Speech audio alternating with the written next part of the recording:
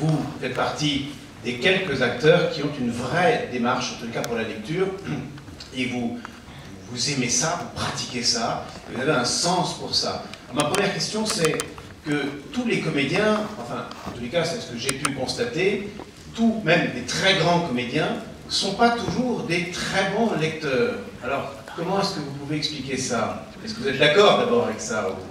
Je ne sais pas, je vous laisse juge de ça. Ce qui est sûr, c'est que la lecture, en tout cas à voix haute, se fait toujours pour l'autre. L'autre soi-même éventuellement, qui entend ce que nous sommes en train de faire passer par notre système phonatoire, et soi-même écoutant, mais surtout celui qui est en train de construire, c'est-à-dire que les mots donnent à voir.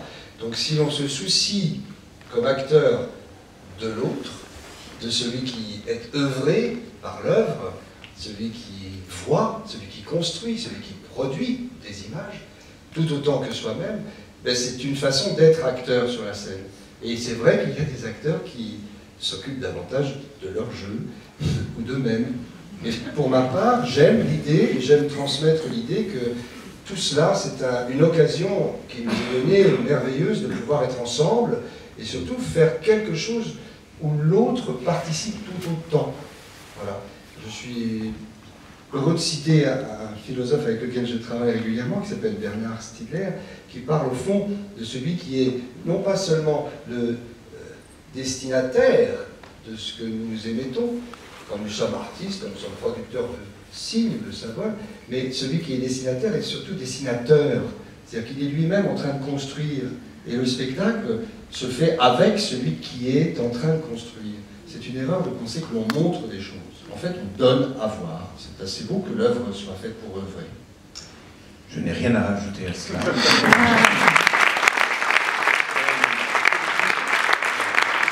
J'avais aussi une question qui m'intrigue, c'est que vous avez fait toujours une grande carrière de comédien, mais vous avez commencé très fort, hein, tout de suite, assez rapidement. Je ne citerai qu'Escalier C, enfin il y en a bien d'autres. Et par ailleurs, là aussi, vous vous distinguez, je trouve, d'un certain nombre de comédiens français, c'est que vous avez décidé, et vous avez toute mon admiration pour cela, c'est que vous avez fait un travail extrêmement intéressant en Corse, où vous êtes allé dans un village, enfin, qui est d'ailleurs, je crois, votre village, vous avez créé un festival, un petit peu comme nous, mais nous, on n'a pas encore eu l'occasion d'aller dans votre village. Mais vous avez fait un travail populaire, il ne faut pas avoir honte du mot, je crois que c'est ça, un travail de proximité avec les gens de là-bas pour leur faire découvrir des œuvres, un travail, du théâtre, les livres.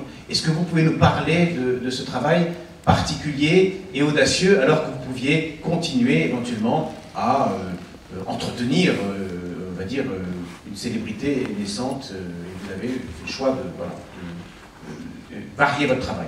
Cela vient du fait, je crois qu'avant d'être élève au Conservatoire national, ce que j'ai eu chance d'être, d'avoir été, j'avais connu les mouvements d'éducation populaire, qui pour moi sont extrêmement importants, c'est-à-dire le fait qu'un jeune provincial que j'étais pouvait rencontrer le meilleur, l'exigence, à travers la présence dans les mêmes lieux de travail, c'est-à-dire sur le plateau, en gros, avec des comédiens professionnels, des amateurs, le corps enseignant auquel nous devons tellement et qui continue à être le porteur de l'institution et de l'élévation de l'enfant et la capacité qu'il a justement à être un être singulier. Donc la reconnaissance de cette singularité, quand vous la recevez très jeune par des gens très responsables des milieux d'éducation populaire que j'ai connus, ça m'a donné une certaine façon d'entrevoir mon métier.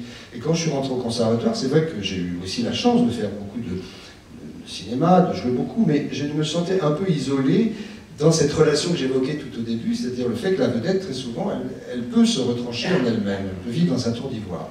Et bon, ce n'est pas un défaut, c'est une réaction parfois également, mais simplement ce n'est pas très agréable.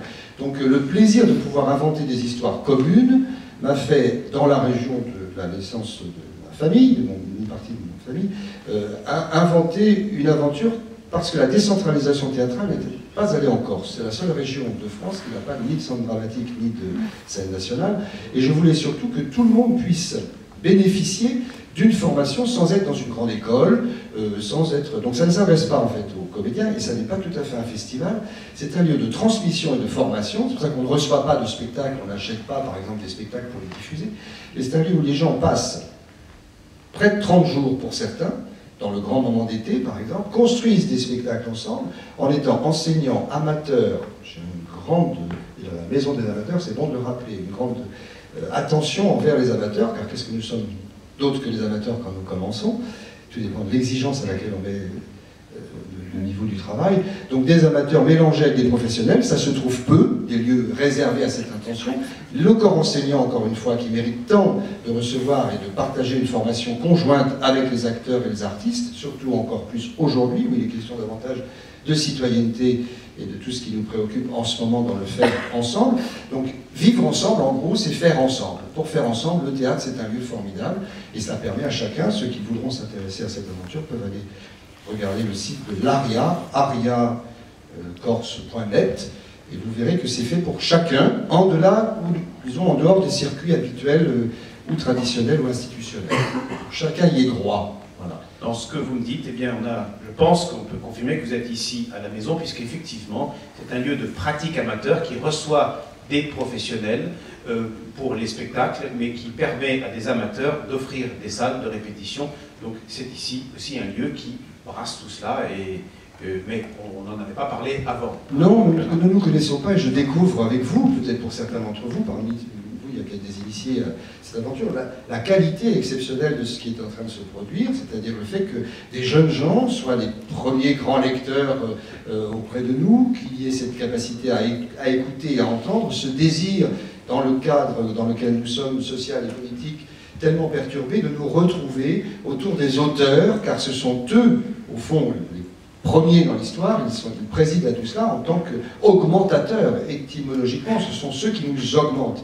Et pouvoir être au service des auteurs et marcher dans leurs pas, faire entendre leur écriture, pour qu'elle soit menée à l'oreille qui peut construire, c'est un véritable projet politique.